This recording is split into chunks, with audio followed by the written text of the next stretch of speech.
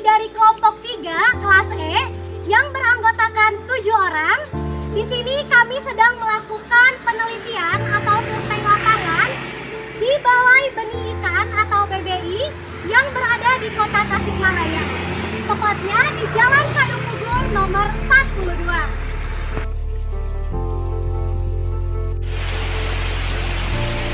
Cek.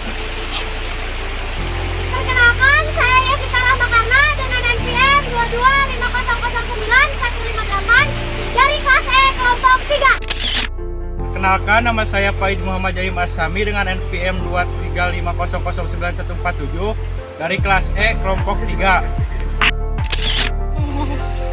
Perkenalkan, nama saya Muhammad Farhaika dengan NPM 235009150 kelas E kelompok 3. Nama saya Cepi Triana dengan NPM 235009146 kelas E kelompok 3. Perkenalkan, nama saya Fajar Bakti Gumelan dengan NPM 235009126 dari kelas E kelompok 3.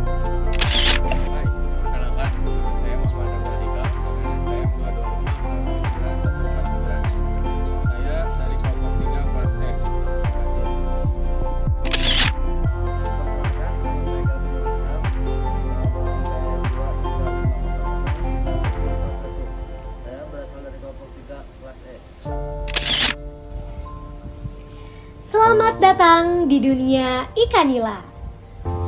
Ikan nila adalah salah satu jenis ikan air tawar yang paling populer di Indonesia. Dengan pertumbuhannya yang cepat dan rasa dagingnya yang lezat, ikan nila menjadi pilihan utama untuk dibudidayakan di kolam maupun tambak. Ini kita akan menuju tempat untuk budidaya ikan, yang mana di tempat ini ada 3 budidaya. Yang pertama ada budidaya ikan nila, yang kedua ada budidaya ikan lele, dan yang terakhir ada budidaya gurame. Ikutin aku ke tempatnya. Ini kami telah memasuki kawasan budidaya perikanan yang tadi sudah dijelaskan, yaitu di Balai Benih Ikan. Di sini banyak sekali kolam pembenihan, pendederan, dan lain sebagainya. Boleh dilihat di sekeliling. Jadi ini adalah kolam dari budidaya perikanan ikan nila. Ini adalah kolam untuk pembenihan ikan nila, yang mana benih-benih ikan nila di sini diberi pakan maggot, bisa dilihat oleh teman-teman. Ini adalah wadah dari si maggot tersebut. Dan di sekeliling kita di sini adalah tempat pendederan dan pembenihan dari ikan nila. Ikan ini berasal dari Afrika, namun kini sudah menyebar luas dan menjadi komoditas utama dalam usaha budidaya ikan di banyak negara, termasuk Indonesia. Tapi apa saja yang perlu kita ketahui tentang ikan nila? Mari kita simak lebih lanjut. Ikan nila memiliki karakteristik tubuh yang khas, dengan warna tubuh kebiru-biruan atau keabu-abuan. Ikan ini terkenal karena ketahanannya terhadap berbagai kondisi lingkungan, serta kemampuannya beradaptasi di air yang berbeda kualitasnya.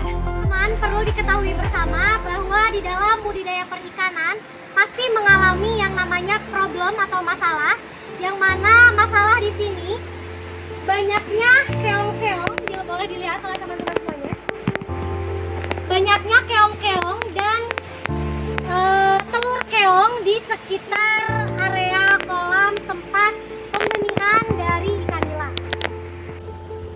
Meskipun ikan nila bisa hidup di berbagai kondisi air, kualitas air tetap menjadi faktor yang sangat penting dalam proses budidaya. Untuk menjaga agar ikan nila tetap sehat, kualitas air harus terjaga dengan baik, mulai dari suhu, pH, hingga kadar air oksigen yang cukup. Berbicara tentang budidaya ikan nila, salah satu tahap yang sangat penting adalah proses pembenihan. Pembenihan ikan nila dilakukan dengan memilih induk ikan yang sehat dan berkualitas, baik jantan maupun betina. Induk ikan nila yang sehat dapat menghasilkan telur yang berkualitas, yang kemudian akan menetas menjadi larva. Induk betina yang siap untuk dipijahkan biasanya berusia antara 6 hingga 9 bulan. Sedangkan induk jantan bisa sedikit lebih lama. Setelah memilih induk, proses pemijahan pun dimulai. Pemijahan ikan nila biasanya dilakukan di kolam pemijahan khusus yang memiliki kondisi lingkungan yang mendukung. Suhu air yang ideal adalah sekitar 27 hingga 30 derajat Celcius dan pH air harus berada di kisaran 6,5 hingga 8,0. Induk betina akan melepaskan telurnya setelah proses pemijahan yang akan dibuahi oleh induk jantan. Setelah pemijahan selesai, telur akan menetas dalam waktu 24 hingga 48 jam, bergantung pada kondisi air. Proses pemijahan yang berhasil akan menghasilkan larva ikan nila. Pada tahap ini, kita harus berhati-hati dalam menangani larva untuk menghindari stres yang bisa mempengaruhi kelangsungan hidup mereka. Larva ikan nila sangat rentan terhadap perubahan kualitas air. Setelah menetas, larva ikan nila akan dipindahkan ke kolam pembenihan yang memiliki kedalaman cukup dan kualitas air yang terjaga. Pemberian pakan yang tepat juga sangat penting di tahap ini, agar larva bisa tumbuh menjadi benih yang sehat. Pakan yang diberikan pada larva ikan nila sangat mempengaruhi pertumbuhannya. Biasanya, pakan berupa plankton, zooplankton, dan cacing sutra diberikan untuk mendukung pertumbuhan benih. Selain itu, kualitas air juga harus selalu dipantau, termasuk suhu dan kadar oksigen yang cukup. Setelah beberapa minggu, benih ikan nila akan mulai tumbuh dan mencapai ukuran yang siap dipindahkan ke kolam pembesaran. Disinilah mereka akan mendapatkan ukuran yang ideal untuk dijual atau dikonsumsi. Penting untuk diketahui bahwa kebersihan pembenihan ikan nila tidak hanya bergantung pada induk yang sehat, tetapi juga pada kualitas lingkungan kolam.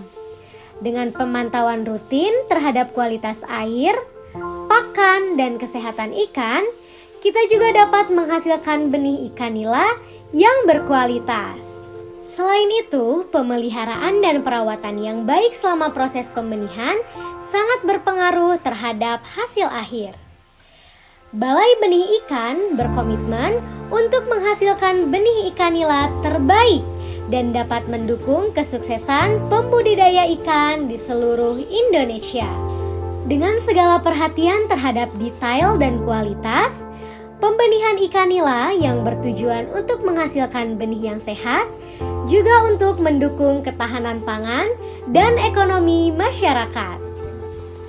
Nah, jadi dapat saya jelaskan kembali bahwa siklus produksi pada usaha pembenihan ikan nila di Balai Benih Ikan atau BBI Tasikmalaya dimulai dari tahap pemilihan induk, pemijahan, pemeliharaan larva, hingga penebaran benih.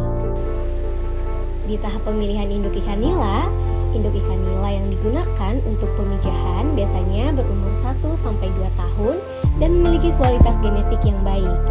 Induk dipilih berdasarkan ukuran tubuh yang besar dan sehat, serta tidak cacat.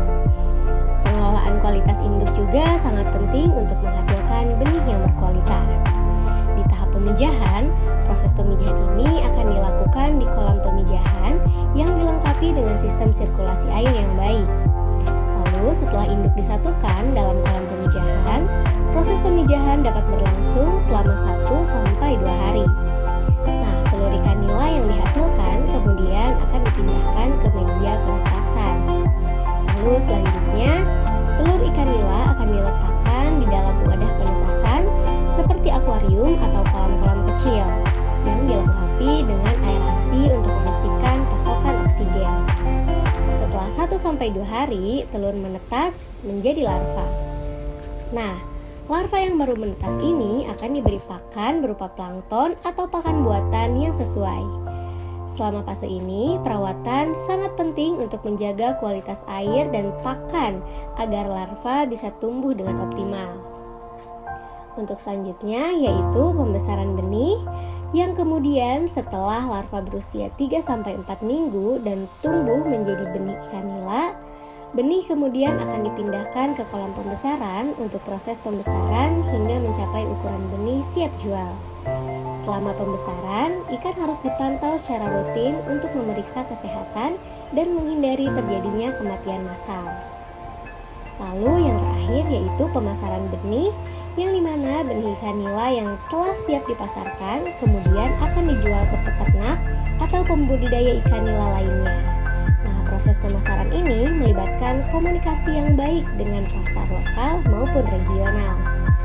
Lalu bagaimana dengan sumber daya manusia yang ada di Balai Benih Ikan Tasikmalaya?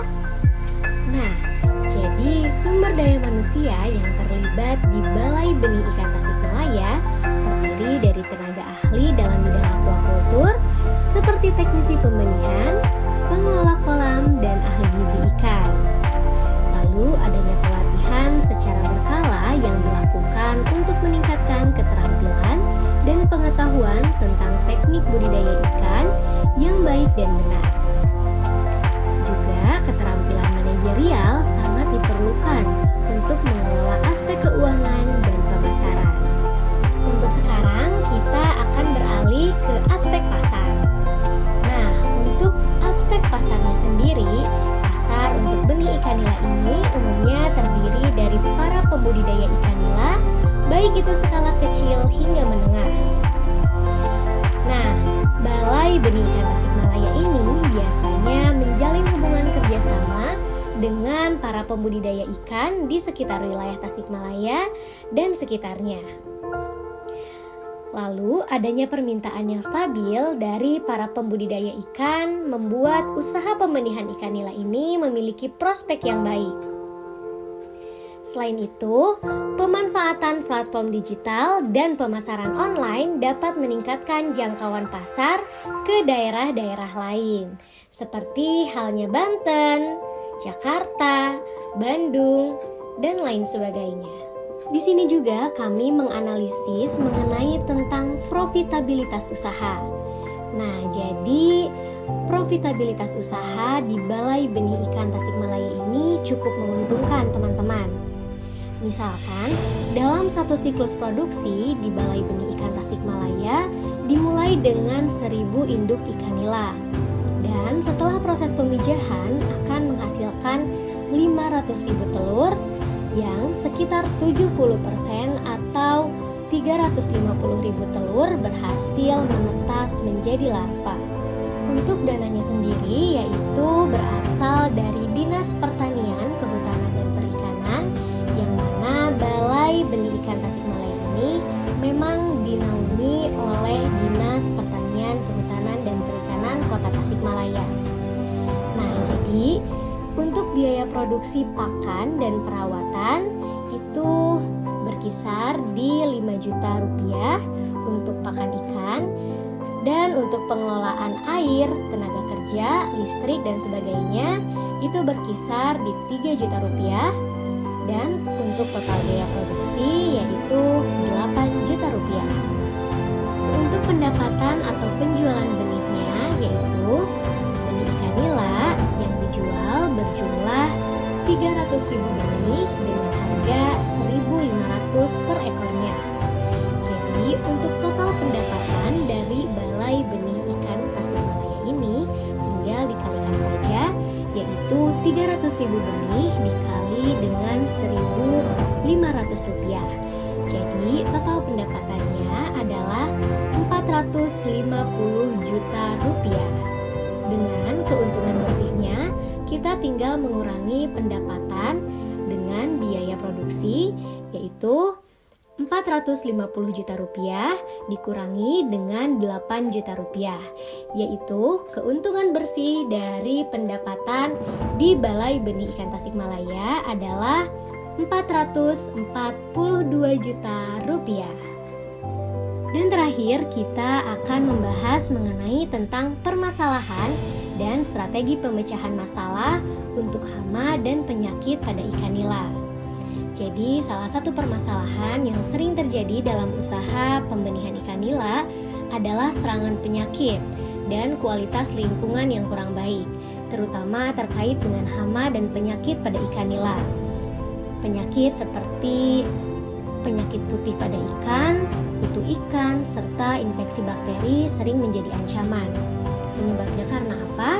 Penyebabnya yaitu bisa dari kondisi kolam yang tidak bersih dengan sirkulasi air yang buruk, lalu overcrowding atau kepadatan ikan yang terlalu tinggi. Ini dapat meningkatkan stres pada ikan. Dan bisa juga dari penggunaan pakan yang tidak sesuai atau kurang berkualitas. Di sini kelompok kami telah menyusun beberapa strategi untuk pemecahan masalah dari hal-hal tersebut. Yang mana masalah-masalah tadi adalah masalah yang dikeluhkan oleh Balai Benih Ikan di Kota Tasikmalaya. Nah, untuk strategi pemecahan masalahnya yaitu yang pertama dengan perbaikan manajemen kebersihan kolam. Yaitu kita harus melakukan pembersihan kolam secara rutin dan mengganti air untuk mencegah penumpukan kotoran yang dapat menjadi tempat berkembang biaknya patogen. Lalu harus menerapkan sistem sirkulasi air yang baik untuk menjaga kualitas air agar tetap optimal. Yang kedua yaitu peningkatan kualitas pakan, yang mana harus diberikan pakan yang berkualitas tinggi, mengandung gizi yang cukup untuk pertumbuhan ikan yang sehat, dan pemberian pakan yang sesuai dengan usia dan ukuran ikan. Selanjutnya yaitu pengendalian penyakit. Nah, bisa menggunakan obat-obatan atau bahan alami yang dapat mengatasi penyakit ikan seperti pengobatan terhadap parasit eksternal atau kutu ikan, atau bisa juga untuk infeksi jamur.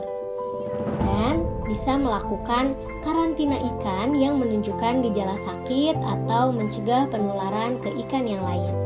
Selanjutnya yaitu pengelolaan kepadatan ikan, yang mana kita dapat mengatur kepadatan ikan dalam kolam agar tidak terjadi overstocking yang dapat menyebabkan stres pada ikan sehingga meningkatkan kerentanannya terhadap penyakit.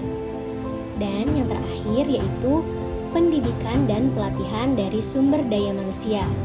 Nah, kita harus memberikan pelatihan kepada para pekerja atau staf di sana agar dapat lebih sigap dalam mendeteksi dan menangani penyakit ikan serta mengetahui cara perawatan yang tepat. Untuk kesimpulannya yaitu pembenihan ikan nila di Balai Benih Ikan Tasikmalaya memiliki prospek yang cukup menguntungkan.